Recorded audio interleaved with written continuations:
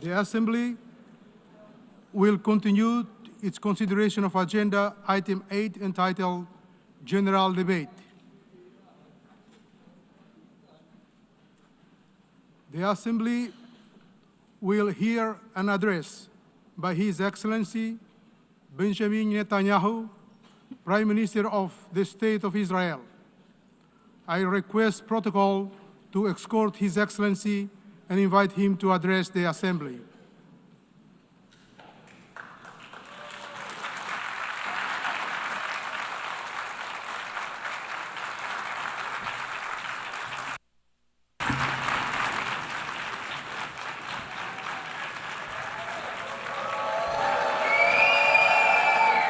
Please, order in the hall. Please, order in the hall.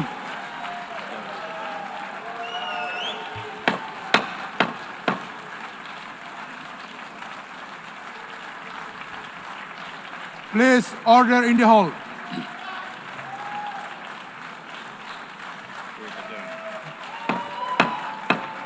Please, order in the hall.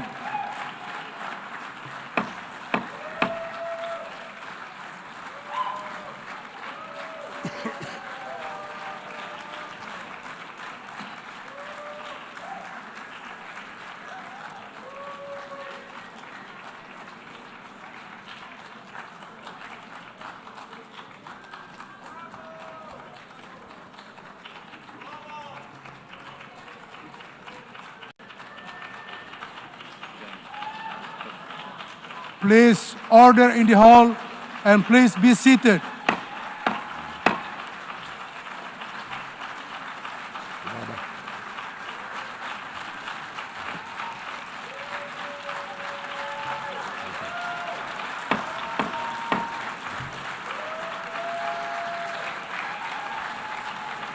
Please, order in the hall.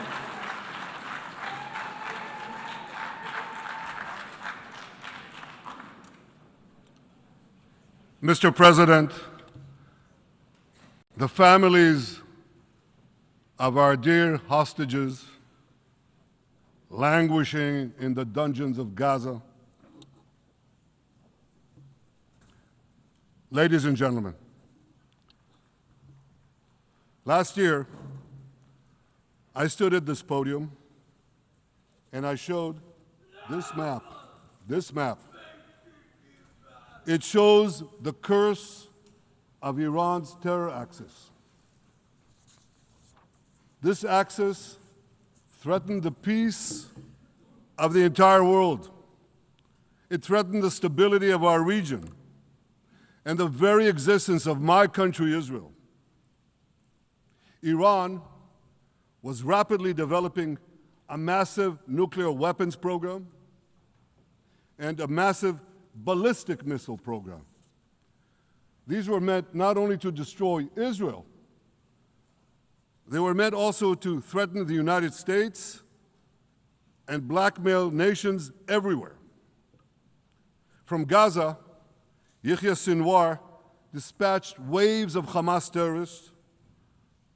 They stormed into Israel on October 7th and committed acts of unspeakable savagery.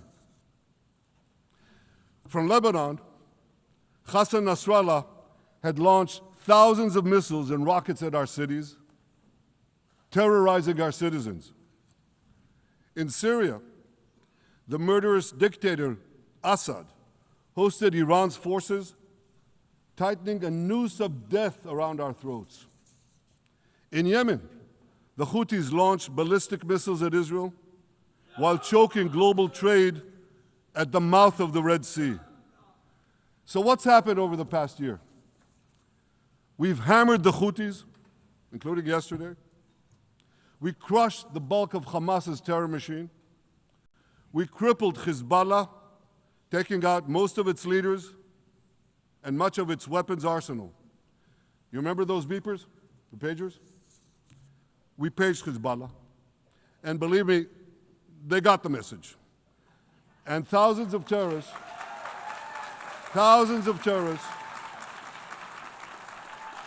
dropped to the ground.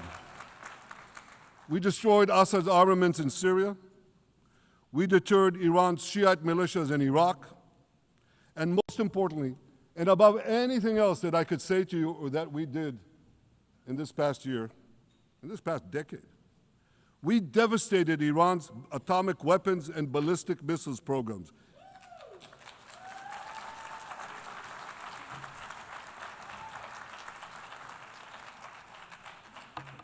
So here's where things stand today. Half the Houthi leadership in Yemen, gone. Yahya Sinwar in Gaza, gone. Hassan Nasrallah in Lebanon, gone. The Assad regime in Syria, gone. Those militias in Iraq, well, they're still deterred. And their leaders, if they attack Israel, will also be gone. And for Iran's top military commanders and its top atomic bomb scientists, well, they're gone too.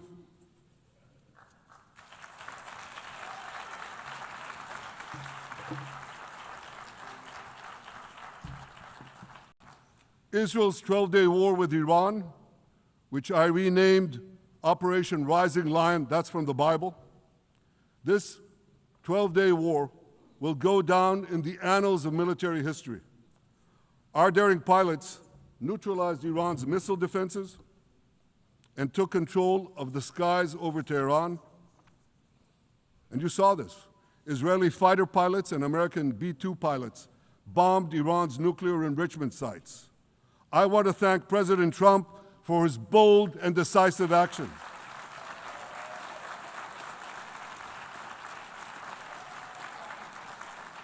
President Trump and I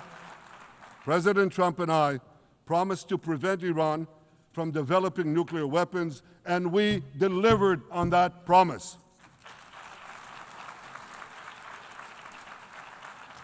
We removed an existential threat to Israel, and a mortal threat to the civilized world. We lifted a dark cloud that could have claimed millions and millions of lives. But, ladies and gentlemen, we must remain vigilant. We must remain absolutely clear-minded and vigilant. We must not allow Iran to rebuild its military nuclear capacities. Iran's stockpiles of enriched uranium, these stockpiles must be eliminated. And tomorrow, UN Security Council sanctions on Iran must be snapped back.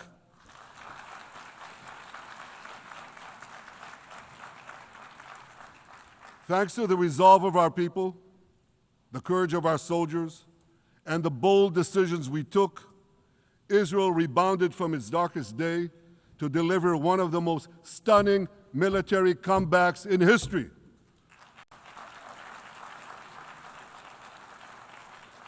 But we're not done yet. The final remnants of Hamas are holed up in Gaza City.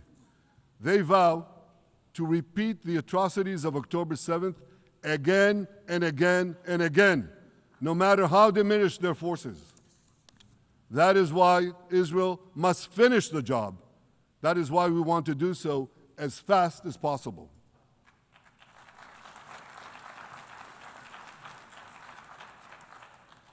Ladies and gentlemen, much of the world no longer remembers October 7th.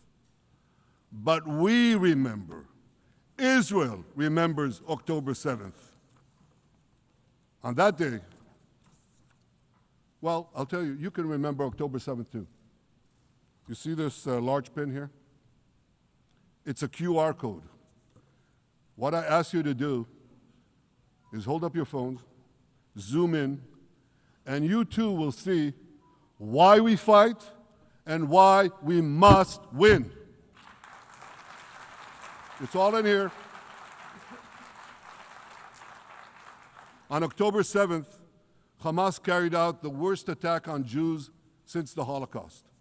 They slaughtered 1,200 innocent people, including over 40 Americans and foreign nationals from dozens of countries represented here. They beheaded men. They raped women. They burnt babies alive. They burnt babies alive in front of their parents. What monsters. And these monsters took more than 250 people hostage.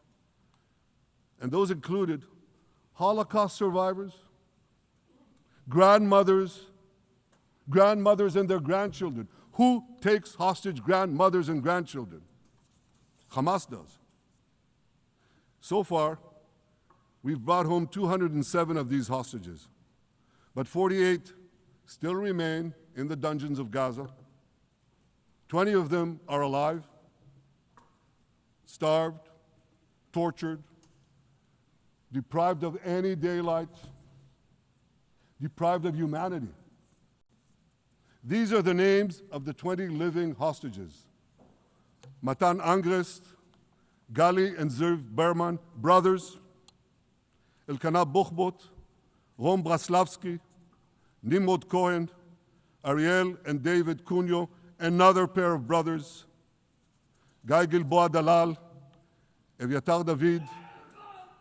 You saw the picture of Evyatar David, emaciated, forced to dig his own grave.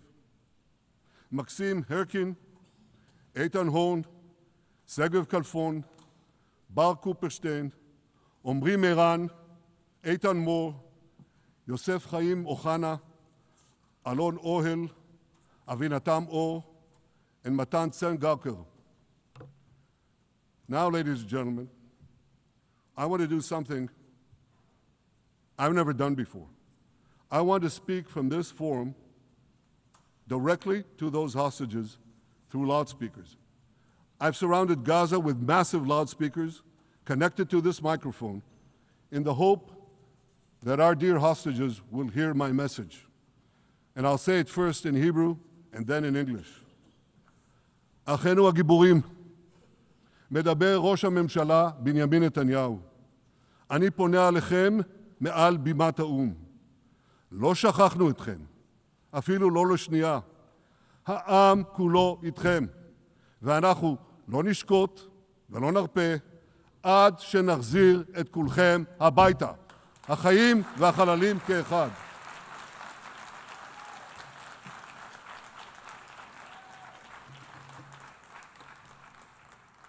Our brave heroes. This is Prime Minister Netanyahu speaking to you live from the United Nations. We have not forgotten you, not even for a second. The people of Israel are with you. We will not falter and we will not rest until we bring all of you home.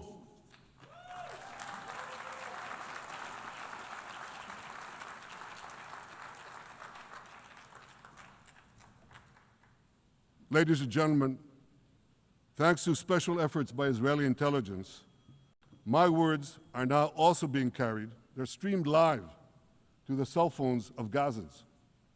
So to the remaining Hamas leaders and to the jailers of our hostages, I now say, lay down your arms. Let my people go. Free the hostages, all of them, the whole 48. Free the hostages now.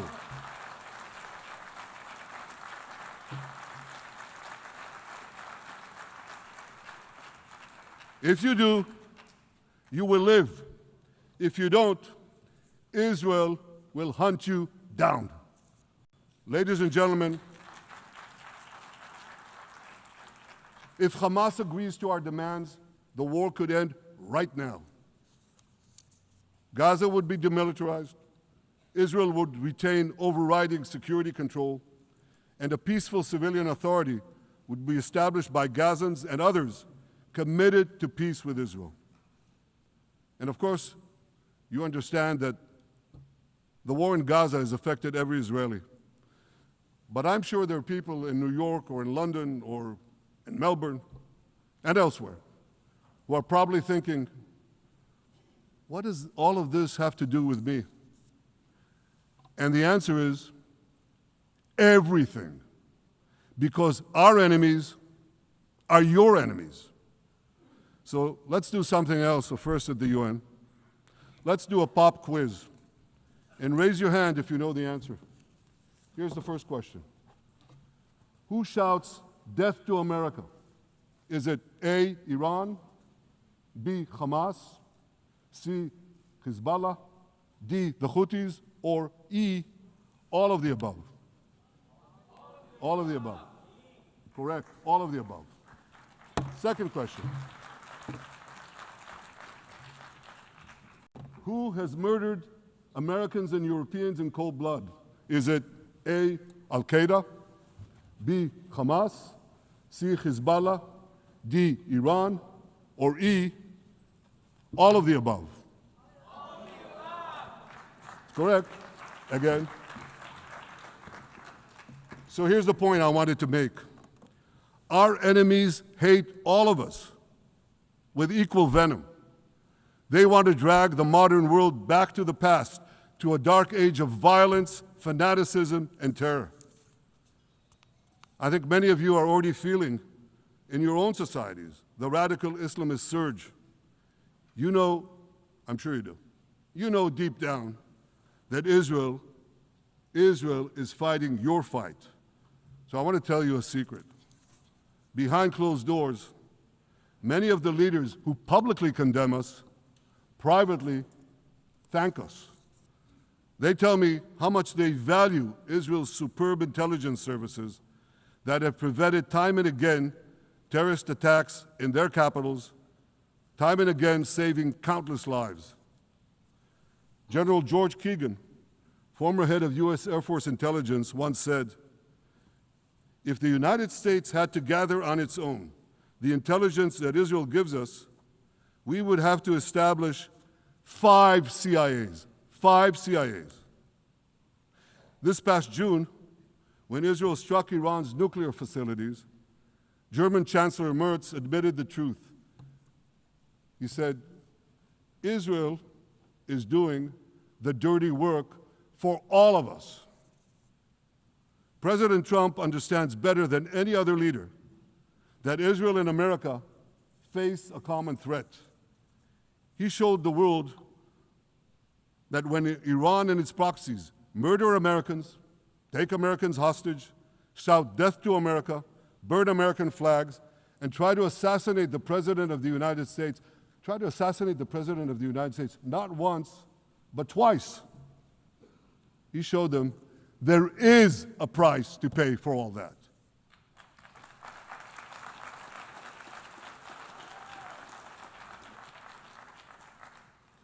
But regrettably, many leaders who are represented in this hall, they send a very different message. Sure, in the days immediately following October 7th, many of them supported Israel. But that support quickly evaporated when Israel did what any self-respecting nation would do in the wake of such a savage attack. We fought back. Now just imagine, just sit back for a second and imagine an attack against America proportioned to the attack against Israel on October 7th. Imagine a regime, a terror regime, dispatching thousands of terrorists to invade the United States. They massacre 40,000 Americans. They take 10,000 Americans hostage. What do you think America would do? You think America would leave that regime standing? You don't think that. No way, not a chance. The United States would wipe out that terror regime and ensure that such savagery would never threaten America again. This is precisely what Israel is doing in Gaza. We're wiping out the terror regime of Hamas and ensuring that this savagery will never threaten Israel again. That's what we are doing. That's what any self-respecting government would do.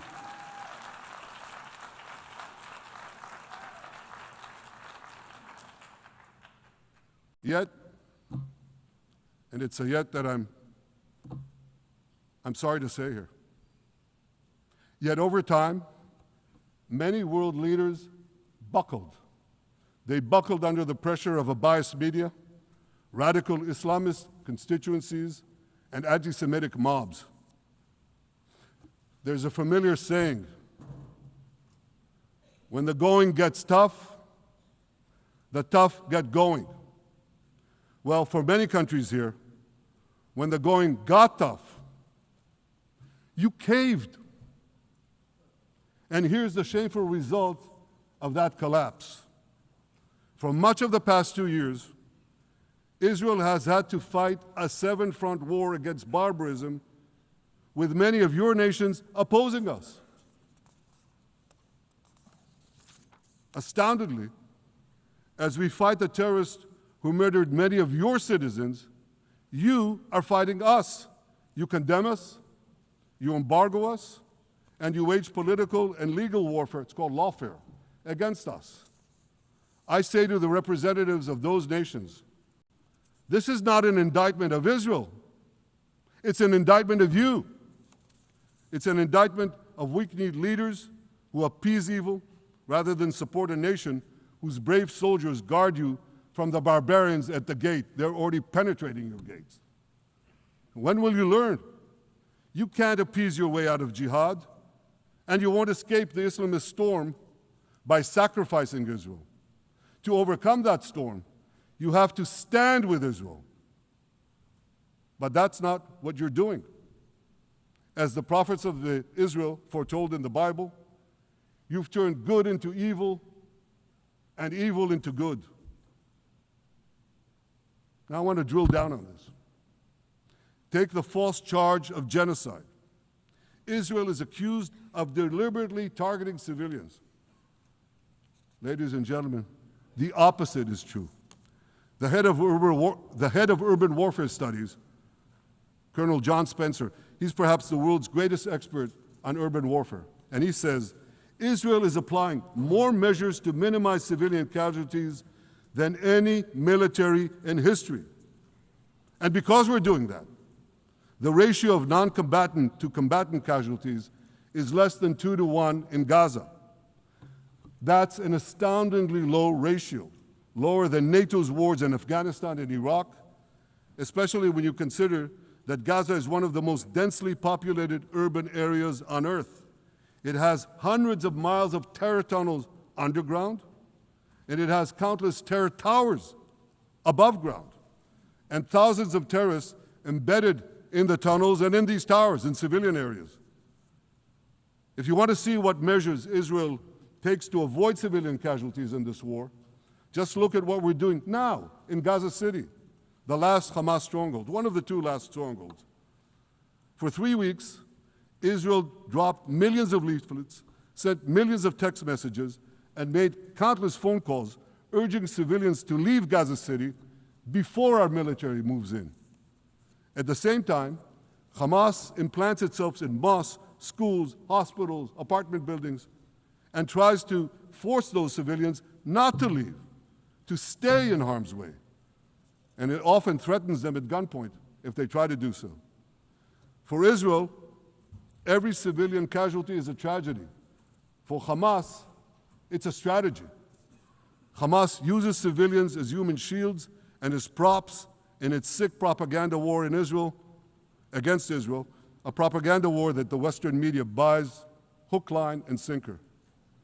Now, despite Hamas's threats, close to 700,000 Gazans, almost 750,000, have already heeded our calls and moved to safe zones. Now I want to ask you a simple question, a simple, logical question.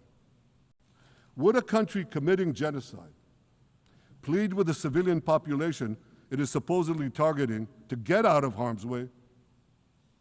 Would we tell them, get out, if we want to commit genocide? We're trying to get them out. And Hamas is trying to keep them in. And this charge is so baseless. The comparison to genocide, wholesale slaughter of populations. What, did the Nazis ask the Jews to leave, kindly leave, go out? Did others, you want me to name all the genocidal leaders of history? Just go one by one. Did anyone do this? Did they say, get out so we can come in? Of course not. So the truth has been turned on its head. Hamas, a genocidal terrorist organization whose charter calls for the murder of all Jews on the planet, this genocidal organization is given a pass. It's barely mentioned. While Israel, which does everything it can to get civilians out of harm's way, Israel is put in the dock. What a joke. You want to hear another one? Israel is accused of deliberately starving the people of Gaza when Israel is deliberately feeding the people of Gaza. Since the beginning of the war, Israel has let into Gaza more than 2 million tons of food and aid. That's 1 ton of aid for every man, woman, and child in Gaza. Nearly 3,000 calories per person per day. Some starvation policy. If there are Gazans who don't have enough food, it's because Hamas is stealing it. Hamas steals it, hoards it, and sells it at exorbitant prices to fight its war machine. Last month, even the UN, not exactly a supporter of Israel. You're supposed to laugh, by the way. Last month, even the UN admitted that Hamas and other armed groups looted 85% of the trucks. That's why you have deprivation. Those who peddled the blood libels of genocide and starvation against Israel are no better than those who peddled blood libels against the Jews in the Middle Ages when they falsely accused us of poisoning wells, spreading plague, and using the blood of children to bake Passover matzahs. Anti-Semitism dies hard. In fact, it doesn't die at all. It just keeps coming back with its libelous lies, refurbished, regurgitated over and over again. And I want to tell you something else. These anti-Semitic lies, they have consequences. In recent months, Jews have been assaulted in Canada, Australia, Britain, France, the Netherlands, and elsewhere. Here in America, an elderly Holocaust survivor was burned to death in Colorado. And a beautiful young couple from the Israeli embassy in Washington was brutally gunned down right in front of the Holocaust Museum there. Thankfully, President Trump's administration is forcefully fighting the scourge of anti-Semitism, and every government here should follow its lead. But instead, many do the opposite. They actually reward the worst anti-Semites on earth. This week, the leaders of France, Britain, Australia, Canada, and other countries unconditionally recognized a Palestinian state. They did so after the horrors committed by Hamas on October 7th. Horrors praised on that day by nearly 90% of the Palestinian population. Now, let me say that again. Nearly 90% of Palestinians supported the attack on October 7th. It's not supported only, they celebrated it. They danced on the rooftops. They threw candies. That's both in Gaza and in Judea, Samaria, the West Bank, as you call it. And it's just the way they celebrated another horror, 9/11. They danced on the rooftops. They cheered. They threw candy. You know what message the leaders who recognize the Palestinian state this week sent to the Palestinians? It's a very clear message. Murdering Jews pays off. Well, I have a message for these leaders. When the most savage terrorists on earth are effusively praising your decision, you didn't do something right. You did something wrong, horribly wrong. Your disgraceful decision will encourage terrorism against Jews and against innocent people everywhere. It will be a mark of shame on all of you. But wait a minute, Mr. Prime Minister, they tell me. Wait a minute. We believe in a two-state solution where the Jewish state of Israel will live side by side in peace with the Palestinian state. There's only one problem with that. The Palestinians, they don't believe in this solution. They never have. They don't want a state next to Israel. They want a Palestinian state instead of Israel. And that's why every time they were offered a Palestinian state, but were required to end the conflict with Israel and recognize the Jewish state, every time, over the decades, they turned it down. And that is why every time they were given territory, they used it to attack us. In fact, they effectively had a Palestinian state in Gaza. So what did they do with that state? Peace? Coexistence? No. They attacked us time and time again. Totally unprovoked. They fired rockets into our cities. They murdered our children. They turned Gaza into a terror base from which they committed the October 7th massacre. So here's the uncomfortable truth. The persistent Palestinian rejection of a Jewish state in any boundary is what has driven this conflict for over a century. It is still driving it. It's not the absence of a Palestinian state. It's the presence and existence of a Jewish state. And I find it amazing that the foreign chancelleries and the ministries and all those who pontificate about this, and the leaders, how can they not see this basic truth when it is repeated again and again and again ad nauseum? And I want to say something else. This rejection of a Jewish state not only applies to Hamas, it also applies to the so-called moderate Palestinian Authority. You should know that the Palestinian Authority pays terrorists to slay Jews. The more Jews the terrorists slay, the more the Palestinian Authority pays. The Palestinian Authority names its government buildings, its public squares, its schools, after the mass murderers of Jews, which they glorify as martyrs. They pay and glorify not just the killer of Jews, but also killers of Christians. Christians like Taylor Force, an American veteran who was brutally murdered in Israel by Palestinian terrorists. But, that I hear from the Western leaders. They tell me, the PA promised us it will reform.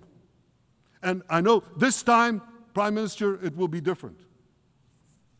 Yeah, right. We've heard these promises for decades. They always promise. They never deliver. Because you see, the Palestinian Authority is corrupt to the core. They haven't held elections in 20 years. They use the same textbooks as Hamas, exactly the same textbooks. They teach their children to hate Jews and destroy the Jewish state. And Christians don't fare much better. When Bethlehem, the birthplace of Jesus, was under Israeli control, 80% of its residents were Christians. But since the PA took control, that number has dwindled to under 20%. These are the people you want to give a state to? What you're doing is giving the ultimate reward to intolerant fanatics who perpetrated and supported the October 7th massacre. Giving the Palestinians a state 1 mile from Jerusalem after October 7th is like giving Al-Qaeda a state 1 mile from New York City after September 11th. This is sheer madness. It's insane, and we won't do it.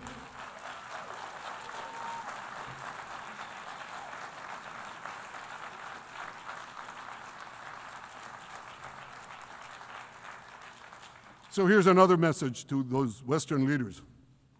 Israel will not allow you to shove a terror state down our throats.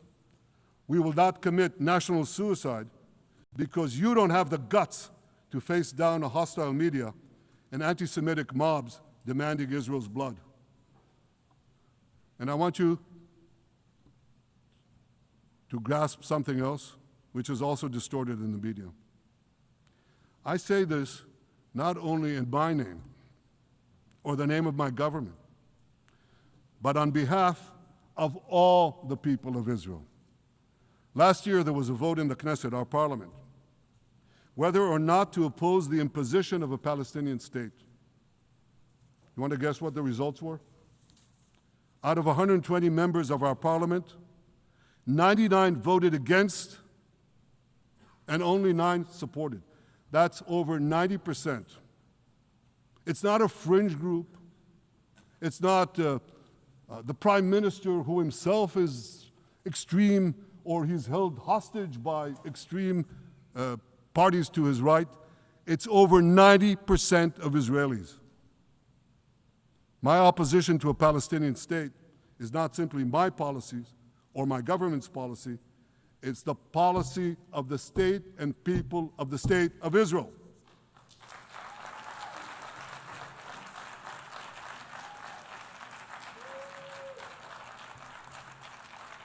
Western leaders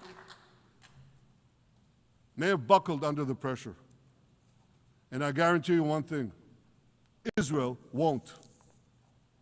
Israel's victories over the Iranian... Thank you, I know you won't too, that's good. Israel's victories over the Iranian terror axis have opened up possibilities for peace that were unthinkable 2 years ago. Take Syria. For decades, the very idea of peace between Israel and Syria seemed unimaginable. Well, no more. Today, we have begun serious negotiations with the new Syrian government. I believe an agreement can be reached that respects Syria's sovereignty and protects both Israeli security and the security of the minorities in the region, including the Druze minority. From the founding of Israel, Jews and Druze have been brothers in arms. We have fought together, we've bled together, we built our lives together. When I was a young commander in Israel's Special Forces, my own life was saved by the invaluable advice given to me by a great friend, Salim Shufi, a heroic Druze IDF veteran. And that's why I couldn't sit idly by, nor could Israel sit idly by, while the Druze were being slaughtered by jihadists. And I instructed our forces to stop the massacre, which they promptly did. Peace between Israel and Lebanon is possible as well. I call on the Lebanese government to also begin direct negotiations with Israel. I commend it for its declared aim to disarm Hezbollah. But we need more than words. If Lebanon takes genuine and sustained action to disarm Hezbollah, I'm sure we can achieve a sustainable peace. Of course, until that happens, we will take whatever action we need to defend ourselves and to maintain the conditions of the ceasefire which was established in Lebanon. Our goal is not merely to monitor Hezbollah's actions, but to prevent them from violating the ceasefire and attacking us at any time. But I'm sure that if the Lebanese government persists in its goal of disarming Hezbollah, peace will come very speedily and very readily. Victory over Hezbollah has made peace possible with our two Arab neighbors in the north. Victory over Hamas will make peace possible with nations throughout the Arab and Muslim world. Our victory would lead to a dramatic extension and expansion of the historic Abraham Accords, which President Trump brokered between Arab leaders and myself 5 years ago. And I took note, as I'm sure you did too, of the encouraging words spoken here by the President of Indonesia. This is the country with the largest Muslim population of all nations. And it's also a sign of what could come. Forward-looking Arabs and Muslim leaders know that cooperating with Israel will provide them with groundbreaking Israeli technologies, including in medicine and science, in agriculture and water, in defense and AI, and so many other fields. I believe that in the coming years, the Middle East will look dramatically different. Many of those who wage war on Israel today will be gone tomorrow. Brave peacemakers will take their place. And nowhere will this be more true than in Iran. The long-suffering Iranian people will regain their freedom. They will make Iran great again. And our two ancient peoples,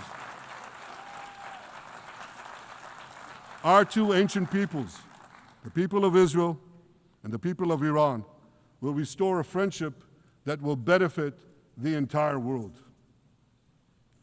Ladies and gentlemen,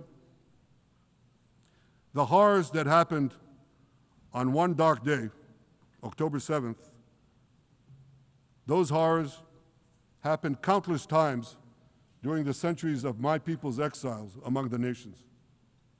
Jewish blood was cheap. Jews were killed with impunity. We had to beg others to defend us.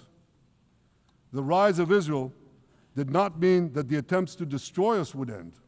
It meant that we could fight back against those attempts. And that is exactly what Israel has done since October 7th. Our sons and daughters fought like lions. Our brave soldiers donned their uniforms and rushed into battle. They were armed with the dreams of the 100 generations of Jews who came before them. The dream of living as a free people in the land of Israel, our beloved homeland for more than 3,000 years. The dreams of living in our own independent state. The dream of having an army to defend ourselves. And the dream of being a light unto the nations, a beacon of progress, ingenuity, innovation for the benefit of all humanity. On October 7th, the enemies of Israel tried to extinguish that light. 2 years later, the resolve of Israel and the strength of Israel burned brighter than ever. With God's help, that strength and that resolve would lead us to a speedy victory and to a brilliant future of prosperity and peace.